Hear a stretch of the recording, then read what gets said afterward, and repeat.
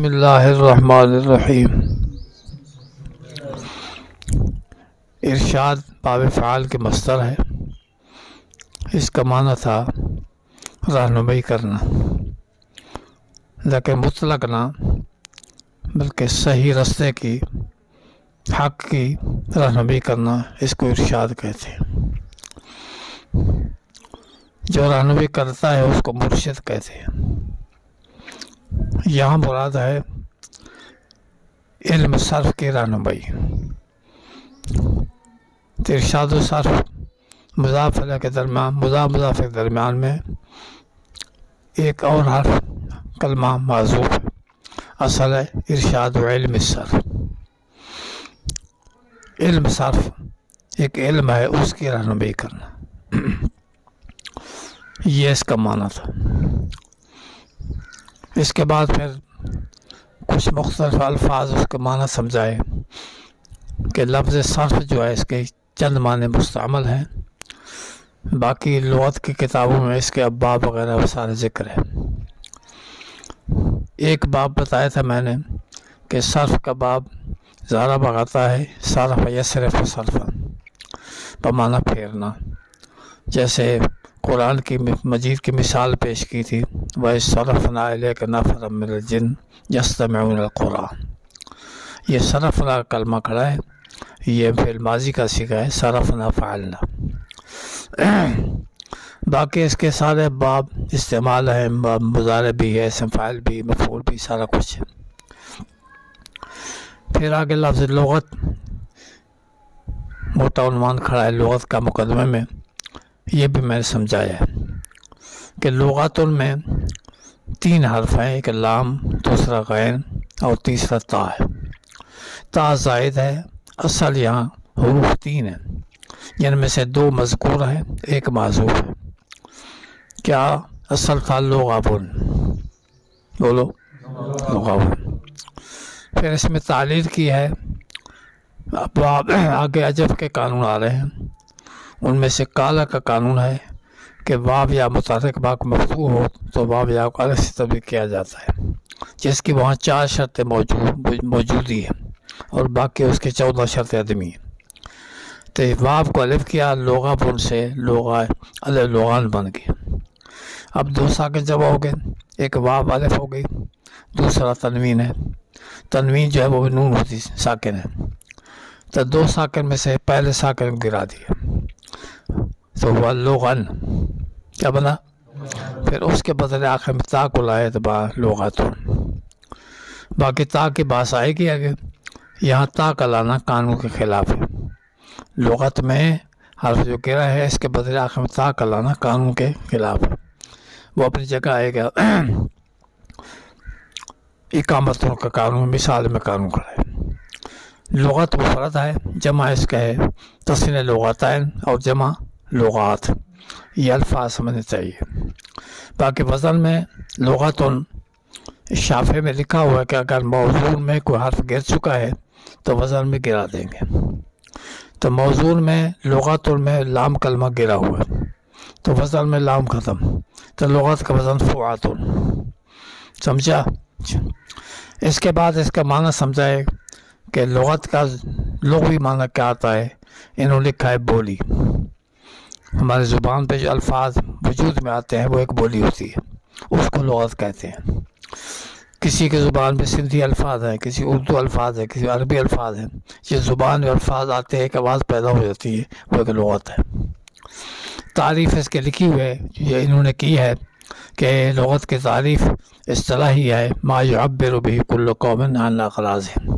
اب کتاب کو دیکھتے جاؤ، ما یعبر به کل قوم عن اغراضهم، وہ ایک آواز ہے، ایک صوت ہے جس کے ساتھ ہر قوم اپنے غرض کو بیان کرے، تعبیر کرے، یہ اس کا معنی تھا۔ اس کے بعد لفظ اصطلاح تھا، اصطلاح افتعال، وزن میں تا آئے گی، موضوع میں تو کھڑی ہے، وزن میں تا، افتعال۔ یہ تو جو ہے سواد کا قانون آ رہا ہے، مزیدات میں آ رہا ہے، فا کے مقابلے سواد ہے، تو قانون یہ ہے کہ سواد آ جائے تو باب افتعال میں جو تا ہے یہ تو ہو جاتی ہے، تا کا تو کرنا واجب ہے، تو اس کو وجوب ہوگا اصطلاح پڑھیں گے. باقی اصطلاح یصطلح اصطلاح باب افتعال ہے، معنی اس کا شروع کرنا، کام کا جمع ہونا، یہ اس کا معنی ہے. باقی اصطلاح کے اصطلاحی تعریف آگے لکھی ہوئی ہے. اتفاق قوم مخصوصاً علی امر مخصوص، خاص قوم کا خاص چیز پر اتفاق، اس کو اصطلاح کہتے ہیں. اس کی جماعتی اصطلاحات، اصطلاح کی جمع اصطلاحات، ہر زبانوں کے اپنے اصطلاحات ہیں، اس کے مطابق وہ الفاظ کو استعمال کرتے ہیں. آگے ہے لفظ، باب ہے لفظ یلفظ لفظا، ضرب کا باب، بولو. لغوی معنی کیا ہے؟ انداختن ڈالنا، فارسی میں، عربی میں آتا ہے الرمی. لفظ کا معنی الرمی، یعنی پھینک دینا. عام ہے ہاتھ سے پھینکیں یا چاہے اس کو منہ سے شاید ڈال کر باہر پھینک دیں، دونوں کو لفظ کہتے ہیں. جیسے ایک محاورہ پیش کیا ہے، اکلت التمرۃ ولفظت نواہا، کھایا کھجور کو اور ڈال دیا اس کی گٹھلی کو. تو لفظ تو نواہا یہ معنی کرا اس کا، لفظ تو پھینک دیا میں نے گٹھلی. تو ہم ہوتا ایسے ہے کہ کھجور اوپر کھا لیتے ہیں، باقی اس کے بعد اس کی گٹھلی پھینک دی جاتی ہے. یہ اس کا معنی ہے. اصطلاحی تعریف اس کے لفظ کی، ما یتلفظ بہ انسان، کیا تھا؟ جس کو انسان بول سکے وہ لفظ ہوتا ہے. باقی اس کی تعریفات اگلی کافیہ میں ہے، شرح جامی میں ادھر پڑھائی جاتی ہے اگلی کتابوں میں. اور قرآن میں باب کھڑا ہے، ما یلفظ من قول الا لدیہ رقیب عتید. یلفظ مضارع کا صیغہ ہے، یلفظ یفعل، تو لفظ یلفظ لفظا یہ اس کا لافظ، جو بولنے والا الفاظ کو باہر نکالنے والا ایک لافظ ہوتا ہے. تو زیادہ بولنے والا اس کو کہتے ہیں لفاظ، یہ مبالغہ بن جاتا ہے. کیا ہوتا ہے؟ لفاظ. زیادہ زبان مارے لسان بن جاتا ہے، چپ نہیں آتے اس کو. اس کے بعد ہے کالمہ. زیادہ پاس یہاں ضرورت نہیں ہے، ہمیں اگلی کتابوں کے پاس ہیں، بڑی کتابوں کی لفظ کو سمجھتے جائیں گے. کالمۃ فاعلۃ، یہ سارے کا تعلق وزن پر ہے، یہ مصدر ہے. معنی اس کا لکھ رہا ہے، کالمہ کا معنی زخم کرنا. کیا کرنا؟ زخم کرنا. تو جب زخم کیا جاتا ہے تو اس کا ایک اثر ہے، تکلیف شروع ہو جاتی ہے. تو کلمات میں اثر ہے. اچھے کلمات تو اس کی تاثیر اچھی ہے، اگر کلمات کبھی ہے تو اس کی تاثیر اور ہو جائے گی. تو کالمۃ المفرد مصدر ہو جائے گی، تو اس کا تصنیہ کلمتین، جمع کلمات. کالمۃ المفرد، کلمتین تصنیہ، کلمات جمع. عام ہمارا صرف نحو کا قانون ہے کہ مصدر کا تصنیہ جمع نہیں آتا. یہ بھی ذہن میں رکھیں، مصدر کا لا یصنع ولا یجمع، نہ اس کا تصنیہ آتا ہے نہ جمع آتا ہے. لیکن جب مصدر سے کچھ اقسام مراد ہو جائے، انواع مراد ہوں، پھر اس کا جمع تصنیہ لایا جاتا ہے. یہ بھی ذہن میں رکھیں. ویسے تصنیہ جمع مصدر کا نہیں آتا، اس کے اقسام مراد ہوں، انواع مراد ہوں، تو پھر اس کا تصنیہ جمع لایا جاتا ہے. اتنی بات ہو گئی. آگے میں شروع کیا تھا بسم اللہ الرحمن الرحیم. یہ پچھلے سبق کے دہرائی ہو رہی. کتاب کے ابتدا انہوں نے کیا بسم اللہ الرحمن الرحیم. حدیث پر عمل کیا ہے، ہر شان والا کام اس کی ابتدا جو ہے وہ بسم اللہ سے ہونی چاہیے. اگر نہ کریں گے تو کام میں برکت نہیں ہوگی. حدیث کا مفہوم یہی ہے. اس لیے برکت حاصل کرنے کے لیے انہوں نے لکھا بسم اللہ الرحمن الرحیم. بسم اللہ کے کلمے شمار کرو. پہلا با، دوسرا اسم، تیسرا لفظ اللہ، چوتھا پانچواں رحیم. یہ 5 کلموں سے بسم اللہ مرکب ہے. با حرف جر ہے، نحوی اعتبار سے با کے معنی ہیں اپنی جگہ 16 معنی با کے آتے ہیں. یہاں با استعانت کے لیے، با معنی اللہ کے نام سے مدد طلب کرنا، اس کے نام سے ہم برکت حاصل، مدد طلب کر کے کام کرنا چاہتے ہیں. دوسرا یہ با برکت کے لیے کہ اللہ کے نام سے برکت حاصل ہوتی ہے، اس لیے اس سے برکت حاصل کرتے ہوئے آگے شروع کرتے ہیں کام کو. لفظ اسم جو ہے اس کی بات آئے گی، سمجھائیں گے صیغے میں، صیغہ اس کا کیا ہے، اس کا تصنیہ کیا ہے، جمع کیا ہے. فی الحال وہ اس کو موقوف کریں. آگے 3 کلمے ہیں. پہلا لفظ اللہ، دوسرا رحمان، تیسرا رحیم. لفظ اللہ جو ہے یہ اللہ کا ذاتی نام ہے، خدا کا نام ہے اللہ. تو اللہ کا نام کے ساتھ سارا جہان بول رہا ہے یا اللہ. ہم کہتے ہیں اے اللہ. وہ مالک ہے، اس نے خود سکھلایا کہ تم میرے نام لے کر پکارو. قل ادعوا اللہ عبد الرحمن، کیا ہے؟ قل ادعوا اللہ ایما تدعوا فلہ الاسماء الحسنی. اللہ کو جس نام سے پکارو، اللہ کے نام سے، رحمان کے نام سے، یا اللہ کہو یا رحمان کہو، سب ٹھیک ہے. رحمان اور رحیم یہ دو صیغے صفت کے ہیں. رحمان بوزن فعلان، رحیم بوزن فعیل. صفات کے صیغوں میں کبھی معنی مبالغہ پیدا کر دیے، مبالغہ، تو پھر زیادہ معنی بڑھ جاتا ہے. اس لیے معنی ہوتا ہے رحمان نہایت مہربان، رحیم نہایت رحم والا، بڑا مہربان بڑا رحیم ہے. یہ معنی اس کے کیا جاتا ہے کہ اس کے اندر ایک مبالغہ کا معنی ثابت کیا جاتا ہے. رحمان کا وزن فعلان، رحیم کا وزن فعیل. باقی کچھ فرق علماء نے لکھا ہے کہ دونوں میں معنی میں کیا فرق ہوگا. ایک فرق اتنا ہے کہ رحمان جو ہے اللہ تعالیٰ مہربان ہے دنیا میں، باعتبار اس کی مہربانی عام ہے، مومن ہو یا غیر مومن ہو، سب پر خدا کی مہربانی ہے. سب کو کھلا رہا ہے، سب کو روزی دے رہا ہے، سب کو بیماری دیتا ہے، سب کو صحت دیتا ہے، سب برابر ہے. باقی بچہ رحیم یہ صفت خاصہ ہے، اس کا ظہور قیامت کے دن ہوگا. اللہ تعالیٰ کی خاص رحمت صرف مسلمان پر ہوگی، مومن پر تو کافر معلوم ہو جائے گا. سمجھے بات؟ کتاب کی ابتدا کی تھی ہم نے بدعہ سے، اس کو پھر دوبارہ پھیرا دے دیں گے کہ بدعہ یہ صیغہ امر کا ہے، اور امر میں ایک معنی حکم کا ہوتا ہے. اس کی صیغہ مصدر آتی ہے دانستان، کیا معنی جاننا، اور اس کی ماضی نون کو جدا کر دیں تو ماضی بن جائے گا. ہمارے آسان قاعدے میں لکھا ہوا نون کو جب دور مصدر سے کیا ماضی مطلق کا صیغہ بن گیا. وہاں پہ لکھا ہوا ہے نون کو جب دور مصدر سے کیا ماضی مطلق کا صیغہ بن گیا.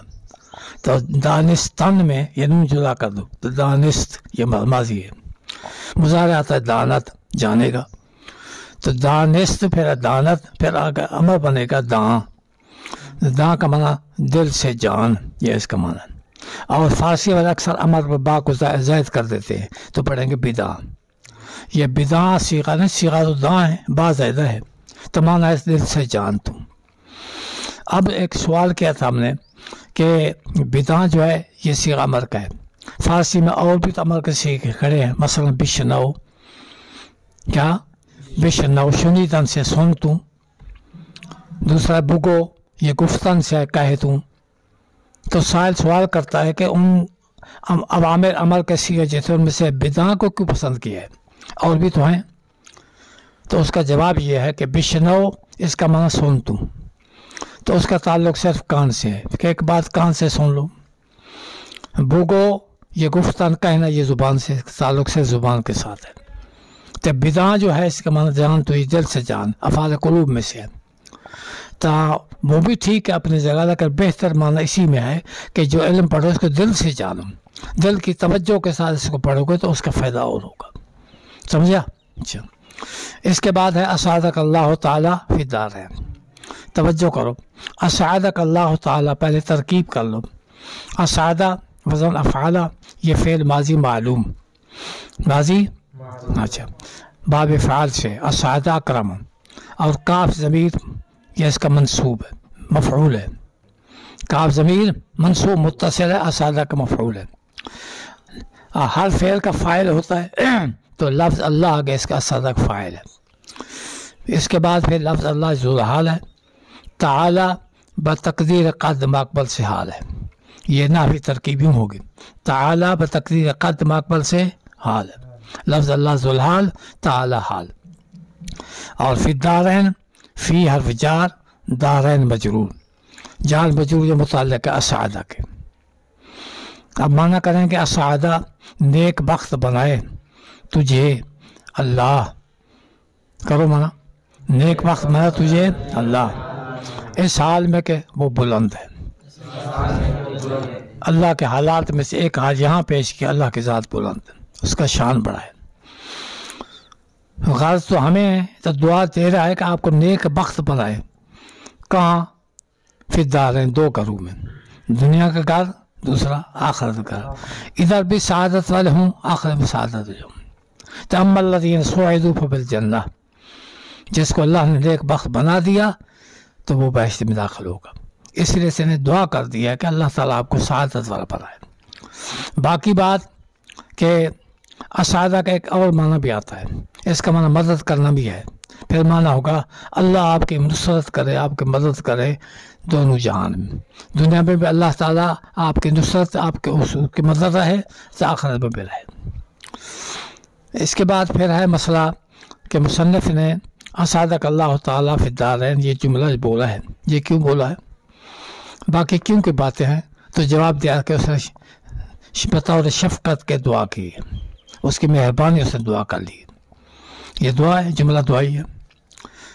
پھر سوال تھا کہ عربی میں کیوں دعا عربی میں، کتاب تو فارسی میں، تو جواب دیا کہ عربی میں دعا جلد قبول ہوتی ہے، محبوب زبان ہے، اس نے عربی بولا ہے۔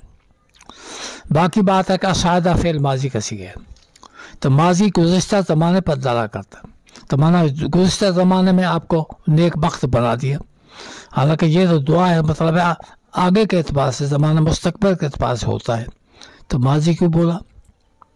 تو جواب دیا ہے کہ یہ نیک فعلی ہے، کیا تو یوں سمجھو کہ آپ کو اللہ نے ایک بخت بنا دیا ہے، اس لیے ایسا لفظ بولا ہے، لیکن ہے اصل یہ ماضی مضارع کے معنی میں، اور چند مقام آتے ہیں جہاں ماضی مضارع کے معنی استعمال ہوتا ہے، صیغہ ماضی کا ہوتا ہے، ان میں سے ایک یہ بھی ہے کہ دعا کے مقام میں صیغہ ماضی کا بولیں گے اور معنی اس کا مضارع والا ہوگا، تو اللہ تعالیٰ آپ کو نیک بخت بنائے دنیا اور آخرت میں۔ سمجھ لیا بھائی، اتنی کافی ہے۔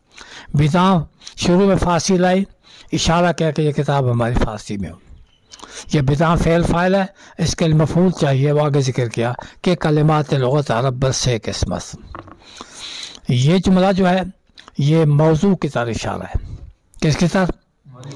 کہ علم صرف کا موضوع کیا ہے؟ کلمات لغت عرب، عربی زبان کے جو کلمات ہیں اس سے بحث کریں گے، عربی زبان، کیونکہ ہمارا مقصد یہ ہے، ورنہ یہ جو کلمات اور بھی ان بھی تو یہ چیزیں آئیں گی جو ادھر ذکر کر رہا ہے، لیکن عربی زبان کے کلمات اس سے جو چونکہ ہمارا مقصد وہی تھا، اس لیے عرب کی قید لگائی، عربی زبان، یہ موضوع کی طرف اشارہ ہے۔ باقی میں نے سمجھا دیا، کلمہ مفرد، کلمتان تثنیہ، کلمات جمع، وزن فاعلات۔ اب یوں کہو گے تقسیم شروع کر رہا ہے کلمے کی کہ کلمہ 3 قسم ہے، ہماری ہدایت النام میں ادھر کافی میں لکھا ہوا کلمے کی تعریف کر کے وہ اسم و فعل و حرف، کلمہ 3 قسم ہے، اسم اور فعل حرف، یہ وہی چیز آ رہی ہے کہ عربی زبان کے کلمہ 3 قسم ہیں، اس کو تقسیم کیا اسم اور فعل حرف۔ اس کے بعد پھر اتنی بات یاد رکھیں، کسی شے کو پہچاننا ہے تو اس کے 2 طریقے، کتنے؟ 2۔ ایک ہے اس کی تعریف کر دو، تعریف سے اس کی پہچان ہو جائے گی، دوسرے سے امتیاز پیدا ہو جائے گی کیا چیز ہے۔ دوسرا ہے اس کی کوئی نشانی بیان کر دو، کیا کرو؟ نشانی، علامات، علامات سے بھی شے کی پہچان پیدا ہو جاتی ہے۔ تعریف کرنا اسم فعل حرف کی ادھر اس کتاب والے نے کی، حاشیے پہ تو ہیں، لیکن کتاب والے اسم فعل حرف کی تعریف نہیں کی، کیونکہ اصل میں یہ تعریف کا سمجھنا کچھ آگے علم پڑھیں کہ پھر سمجھ جاتا ہے، چھوٹے بچوں کا تعریفات کا سمجھنا مشکل ہوتا ہے، اس لیے پھر علامات ذکر کرے گا، فلاں فلاں علامتیں ہیں، اس علامات جہاں پائی جائے گی سمجھے گا یہ اسم ہے، کہیں فعل کے علامات مقرر ہیں تو اس سے فعل ہو جائے گا، جہاں نہیں ہوگا پھر اسم ہو جائے گا۔ تو کلمہ 3 قسموں کے، ان سے اسم اور فعل۔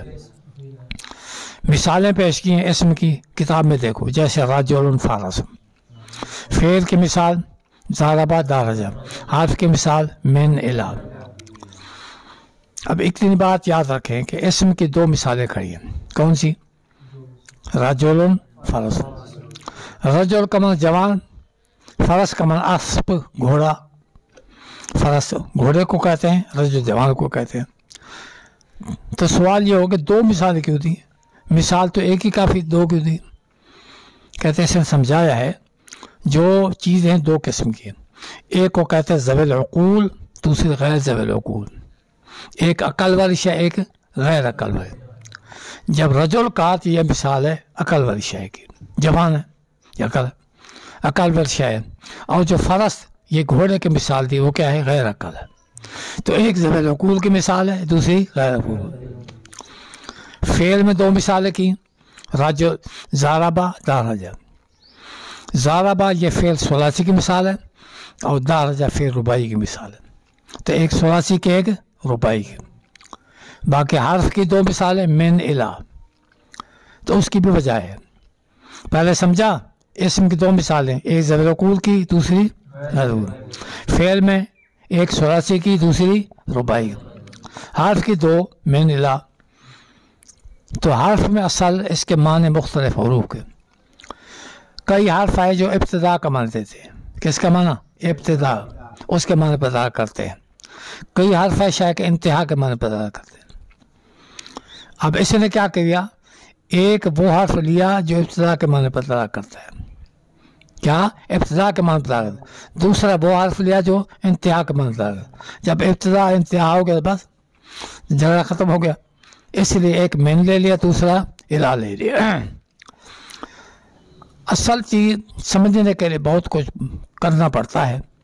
تو کلمے کی تقسیم کی، تین قسم ہو گیا. سبق آج کے سبق ابتدا پہ شروع ہو گئی. تین کون سے ہیں؟ اسم، فعل، حرف. اس کی مثال دے دی، رجل، فرس. فعل کی اور حرف کی من الہ. یہ تین قسم ہو گئے، اسم، فعل، حرف. اب آگے پھر اسم جو ہے اس کی پھر تقسیم شروع کر. پہلے تو کلمہ تقسیم ہوا تھا، اسم، فعل، حرف. اب پھر اسم تین قسم ہے، ثلاثی، رباعی، خماسی.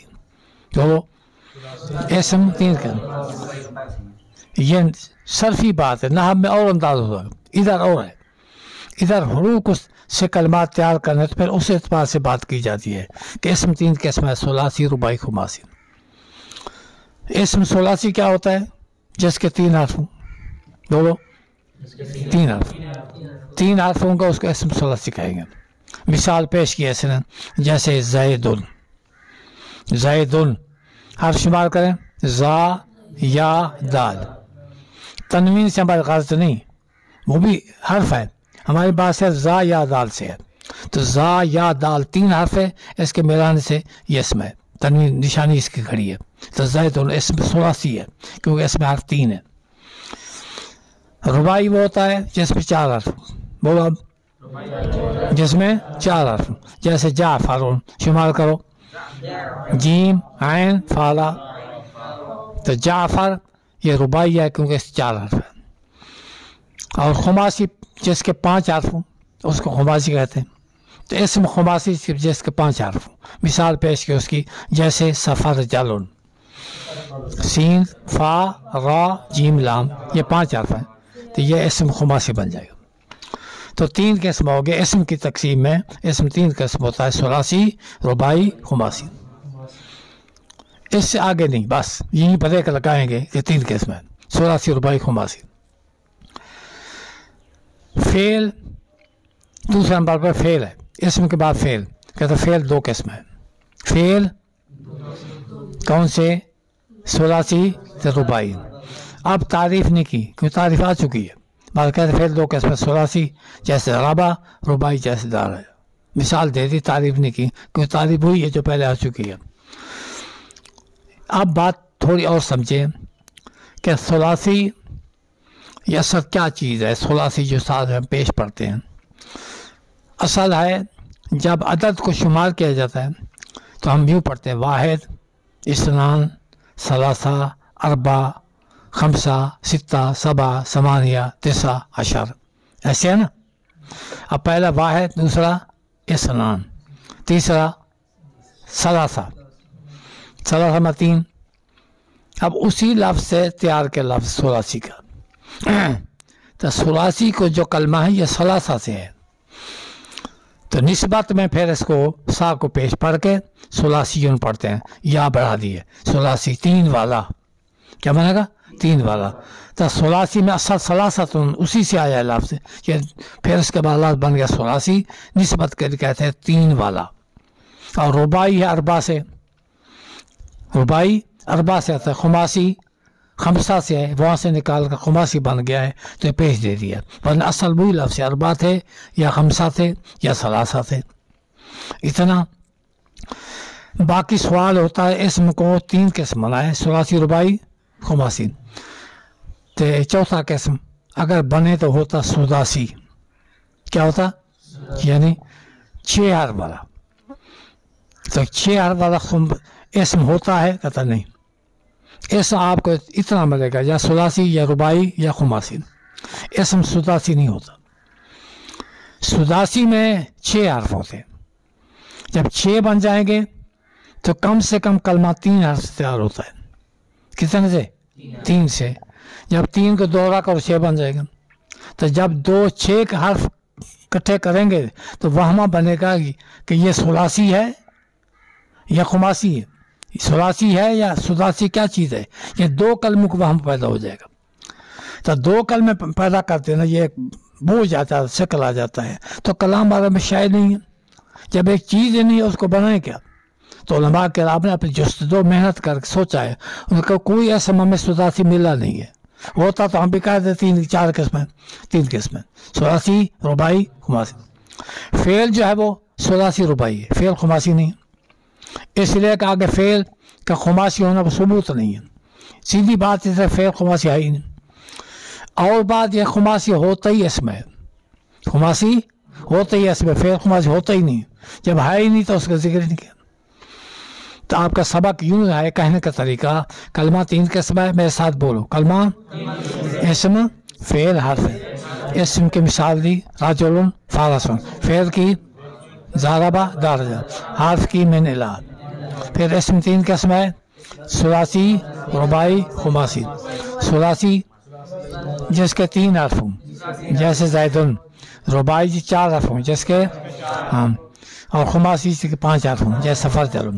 تو فعل 2 قسم ہے، ثلاثی اور رباعی. ثلاثی کی مثال ضربہ، رباعی کی درجہ. اسم سداسی نہیں ہوتا اور فعل خماسی نہیں ہوتا. ایسے لفظ یاد کرو، اسم سداسی، اسم سداسی نہیں ہوتا اور فعل خماسی نہیں ہوتا. باقی بچہ کہ یہ جو کہہ رہا ہے اسم 3 قسم ہے، ثلاثی، رباعی، خماسی. ایک اور بھی ہے، وہ کیا؟ اسم احادی، یعنی اس میں 2 حرف ہوتے ہیں، جس کو سنائی بھی کہتے ہیں. وہ ایک اسم ہے لیکن 2 حرف سے مرکب ہے، وہ اس کا ذکر نہیں کیا. کہتے ہماری بات تو کلمات کا وزن کرنا ہے، اور یہ چیز متمکن میں ہوگی. کس میں؟ متمکن میں. اسماء متمکنہ میں ہے، وہ غیر متمکن ہے. یہ 2 والا ہوتا ہے وہ غیر متمکن، جیسے ہوا ہے. اب ہوا جو ہے 2 حرف ہیں، ہاتھ واہ، لیکن وہ اس غیر ممکن ہے، وہ ضمیر ہے، اس کا تعلق ہے ناف کے ساتھ ہے، صرف کے ساتھ نہیں ہے. سمجھے؟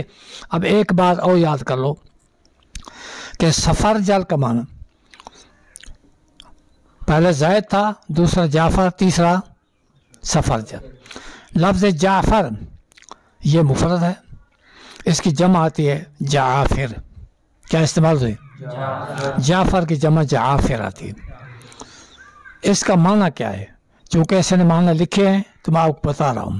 اب آ جاؤ مقدمے میں. پہلا جعفر کے کہتے ہیں 4 معنی ہیں. اب یاد کے کھانے میں آ جاؤ. اب یاد لکھا ہوتا ہے ادھر اب یاد، اس میں لکھا ہوا جعفر کے 4 معنی ہیں. جعفر آمد بمانا در 4، ادھر جو لفظ چھوٹا ہوا ہے، جو خربوز نام مرد حمار.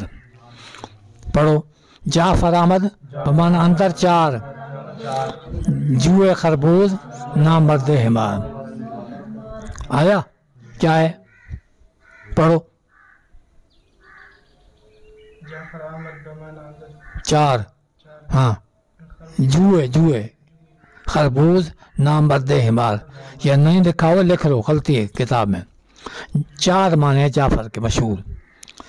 جو چھوٹی نہر، النار الصغیر چھوٹی نہر. جعفر کا معنی کہ یہ ہے، جعفر کا معنی چھوٹی نہر. دوسرا معنی آگے لکھا ہے خربوز، خربوزہ. اور تیسرا معنی آدمی کا نام حضرت جعفر رضی اللہ تعالیٰ عنہ، جعفر طیار نام ہے نا. اور چوتھا معنی ہے گدھا. جعفر کا معنی یہ بھی ہے، یعنی یہ مشترک لفظ ہے کہ 4 معنی ہیں. اس کا معنی نہر، دوسرا اس کا معنی خربوزہ، تیسرا معنی آدمی کا نام ہے، چوتھا گدھا۔ یہ مشترک لفظ 4 معنی ہے اس کے۔ جیسے اب مقولہ پیش کر رہا ہے، جیسے رأیت جعفرن علی جعفرن فی جعفرین یاکل جعفرن۔ اب ایک لفظ کو 4 بار ذکر کیا ہے اور معنی جدا جدا ہے۔ رأیت جعفرن پڑھا ہے، پہلے پڑھو، رأیت جعفرن بولے علی جعفرن فی جعفرین یاکل جعفرن، رأیت جعفرن علی جعفرن فی جعفرین یاکل جعفرن۔ دیکھا میں نے جعفر کو، یہ نام مراد ہے، علی جعفر گدھے پر، فی جعفر نہر میں، یاکل جعفر کھا رہا تھا خربوزے کو۔ یہ معنی دیکھا جعفر کو، جعفر پر، جعفر میں، کھا رہا جعفر کو، تو معنی جدا جدا کر، دیکھا جعفر کو یعنی آدمی کو، علی جعفر سواری کیا تھی؟ گدھا تھی، کام کیا کر رہا تھا؟ خربوزہ کھا رہا تھا۔ تو پھر کہاں رہا؟ نہر میں۔ نہر میں خربوزے ملتے ہیں۔ تو ادھر ایک دفعہ طالب علم نہر پہ گئے تو ایک ہندوان آ گیا، کسی نے ڈالا ہوگا، وہ اندر آ گیا، ایک نے چھلانگ لگا اس کو پکڑ لیا، وہ باقی ثابت تھا صحیح سلامت، اس کو مل گیا۔ پھر دوسرا آیا ہندوانہ، اس نے چھلانگ ماری، وہ اوپر سے چھلکا تھا، اندر کچھ بھی نہیں تھا۔ تو ایک کو شامل کے دوسرا سے جو اس کے چھلکے پہ گزار کیا۔ فارسی میں معنی آگے اگلی سطح میں لکھا ہوا ہے، وہ بھی دیکھ لو، فارسی معنی میں لکھا ہوا، دیدم دوسرے مرد جعفر را بر خر در نہر کہ میں خورد خربوزہ را۔ مل گیا فارسی؟ دیکھو، دیدم مرد جعفر را بر خر در نہر کہ میں خورد خربوزہ را۔ یہ دیکھا میں نے جعفر کو خر گدھے پر نہر میں کھا رہا تھا خربوزے کو۔ یہ جعفر پر آپ بات کرتے ہیں کہ اس کے 4 معنی ہیں، یعنی لفظ مشترک ہے، اس کے 4 معنی تھے۔ جیسے مقولہ مشہور ہے عام باتوں میں، وہ مقولہ اس کا معنی فارسی میں لکھا ہوا ہے۔ اس سے بات ختم ہوگی، آگے سفر جل۔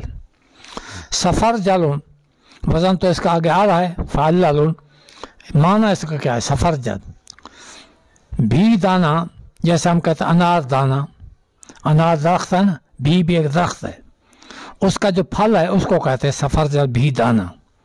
کیا کہتے ہیں؟ بھی دانا۔ جیسے ایک شعر بھی بناتے فارسی والے، ایا طالب شاعر کے نام جو، ایا طالب شاعر کے نام جو، سفر جل بے معنی بھی دانا گو، بھی دانا، تو معنی اس کا بھی دانا۔ ایک دفعہ میرا کچھ پیٹ خراب ہو گیا، وکڑ، کبھی کسی سے تکلیف تھی، ایسے درد تھا۔ ساتھی ایک حکیم صاحب تھا، فوت ہو گیا، حکیم سلیمی صاحب تھے۔ میں نے کیا، وہ بیٹھا ہوا تھا، میں نے اس کو بولا اس طرح یہ گڑبڑ ہے پیٹ کی، تو اس نے کہا بھی دانہ لے آؤ بازار سے، وہ انار کے دانے کا دانہ ہوتا ہے، وہ میں لے آیا۔ میں کیا ہے اب کیا کروں؟ کہتے اس کو اتنا تھوڑا سا اٹھا کے پانی میں ڈال دو، رات کو پانی میں بھگو رہے، جیسے چھلکا ہوتا ہے، صبح کو اس کو چھان کر اس میں لیس دار پانی بن جائے گا، حسب ضرورت تھوڑی سی چینی ڈال دو، اس کو پی لو۔ 3 دن میں نے استعمال کیا، پیٹ ٹھیک ہوئے۔ یہ چیز وہ ہے۔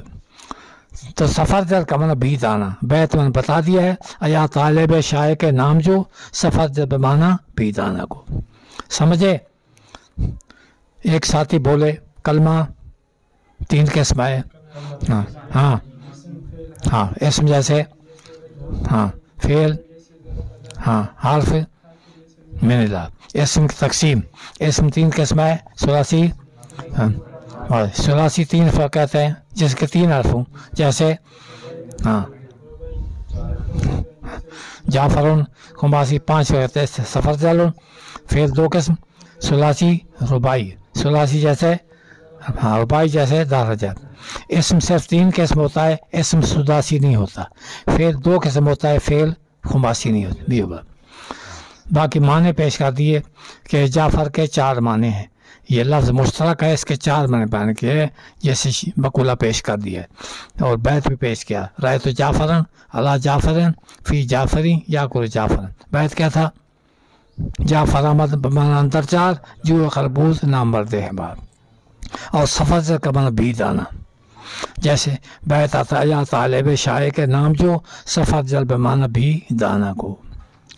یہ پہلے بدعہ سے دوسرے بدعہ تک کلمے کی تقسیم 3 قسم، پھر اسم کی تقسیم 3 قسم، پھر فعل کی تقسیم 2 قسمیں، یہ بیان کر دیا۔ درمیان میں بات شروع کرے گا میزان کی، میزان کی بات کر کے آگے پھر شروع کرے گا حرف کی تقسیم۔ سمجھے؟ اس سارے سبق کو یاد کر لو، پھر شام کو انشاءاللہ وہ سبق پڑھیں گے۔